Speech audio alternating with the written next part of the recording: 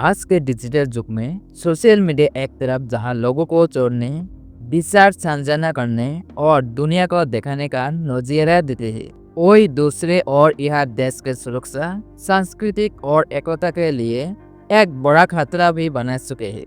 हाल ही में ज्योति मल्होत्रा का नाम की एक ट्रेवलर ब्लॉगर का मामला सामने आया, जिसने न सिर्फ सोशल मीडिया के जरिए पाकिस्तान के एजेंट को बढ़ावा देते हैं, बल्कि देश का संवेदनशील जानकारी भी दुश्मन तक पहुंच रहा है। ये मामले केवल एक व्यक्ति की गद्दारी की नहीं, बल्कि एक गहरे और सुनियोजित नेटवर्क की और इशारा भी करते हैं। इस पूरे प्रक्रिया को विस्तार से समझना, उसके कारणों, परिणामों और समाधान की दिशा में सोचना आज हर भारतीय के लिए जरूरत है।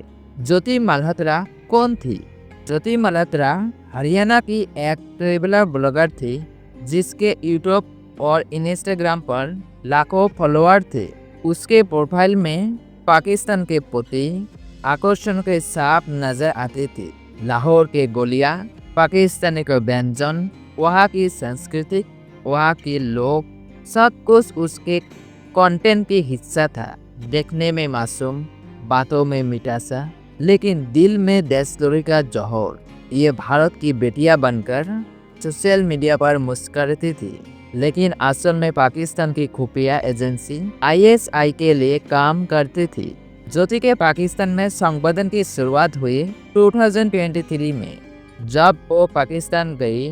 ये यात्रा महज एक ट्रेवलर ब्लॉगर की जिज्ञासा नहीं थी, बल्कि ISI की साजिश का हिस्सा थी। दिल्ली स्थित पाकिस्तानी उच्च योग ने उसको वीजा, रहने, खाने और घूमने का पूरा इंतजाम किया। वहाँ उसकी मुलाकात एहसान उर रहीम उर्फे दानिश से हुई, जो पाकिस्तानी उच्च योग में कर्मचारी था और असल में ISI के लिए काम करता था। दानिश ने ज्योति को प्यार के जाल में फंसाया। यह कोई आम मोहब्बत नहीं, बल्कि सुनियोजित लाभ जिहाद था। दानिश ने ज्योति को न सिर्फ भावनात्मक रूप से अपने जाल में फंसाया, बल्कि उसे आर्थिक रूप से भी लुभाया। उसे विदेश घुमाया, बाली, इंडोनेशिया जैसे जगह पर ले गए, उसके शौक पूरे किया और ISI के दूसरे एजेंट से मिलवाया। धीरे धीरे ज्योति का दिमाग पाकिस्तानी प्रसार तंत्रों ने पूरी तरह जकड़ लिया। उसे हवाला के जरिए मोटी रकम दी गई, जिसे वो अपनी ऐशो आराम की जिंदगी जी सके और बदले में भारत के संवेदनशील जानकारियाँ पाकिस्तान तक पहुंचा सके। Agenda meeting.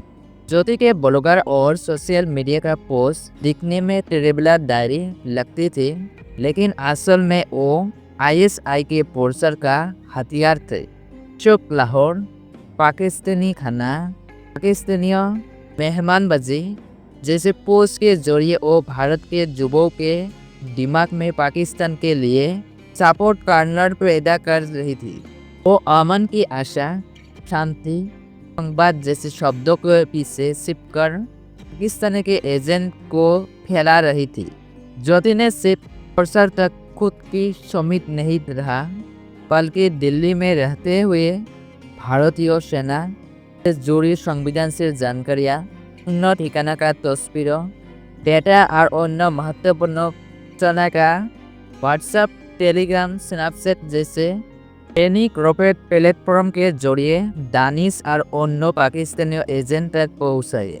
उसके आवाज़ में उसे हवाला के जरिए बड़ी रकम दी जाती थी। ने एक गद्दारी के अकेले नहीं थी, उसके साथ जला नाम का महिला, अमीन मोहम्मद वाला के जरिए जैसे पहुंचाने वाला, अरमान डिफेंस XPO 2025 की जानकारियाँ देने वाला जैसे लोग भी शामिल थे।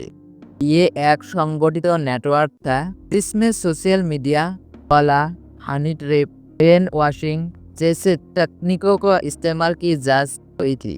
भारत में ऐसा कोई स्पेलर सेल्फ से पाकिस्तान का इशारा पर काम करते थे।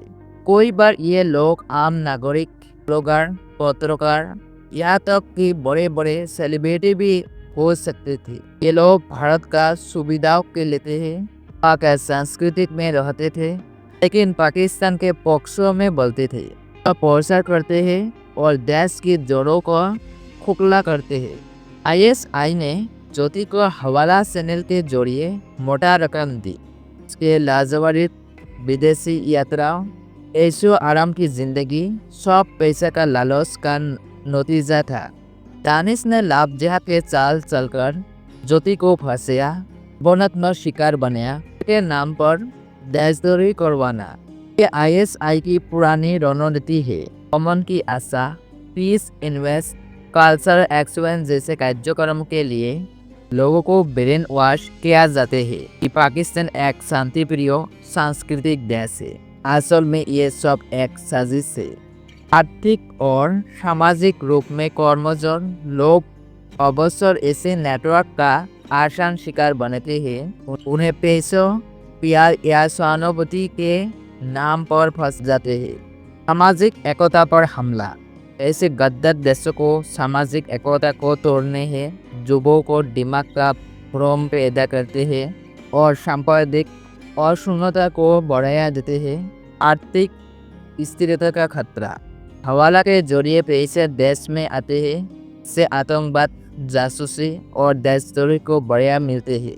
राष्ट्रीय सुरक्षा पर सीधा हमला, सैन्य जानकारियाँ, संवेदनशील डेटा लीक होने देश के सुरक्षा के लिए सबसे बड़ा खतरा है।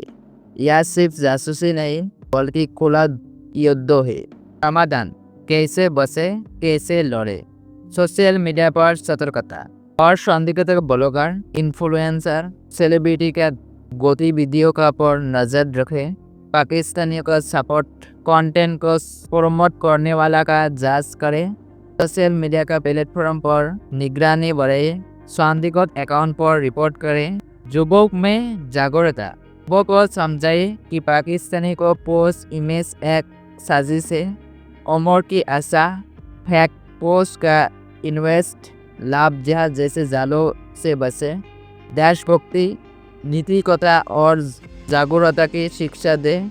कानूनी और सरकारी कार्रवाई, देशद्रोही, ऑफिशियल सीक्रेट एक्ट जैसे धाराओं के तहत बड़ी सजा, जैसे नेटवर्क का फंडिंग और विदेशी के कनेक्शन का गहरा जांच।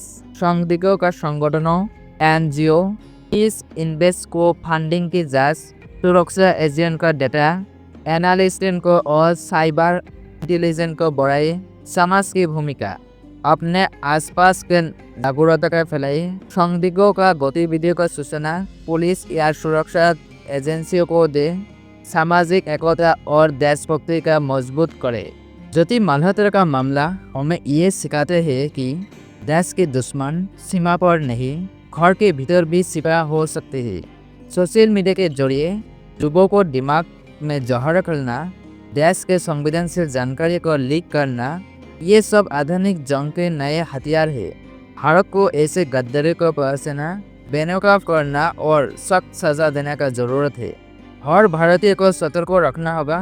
तो देश का सुरक्षा सिर्फ का नहीं, हमें भी जिम्मेदारी है। भारत का भविष्य, चेतना, एकता और शक्ति। आज जरूरत है कि हम सोशल मीडिया की ताकत को समझें, उसके सही इस्तेमाल करें और उसके खतरे से भी बचें।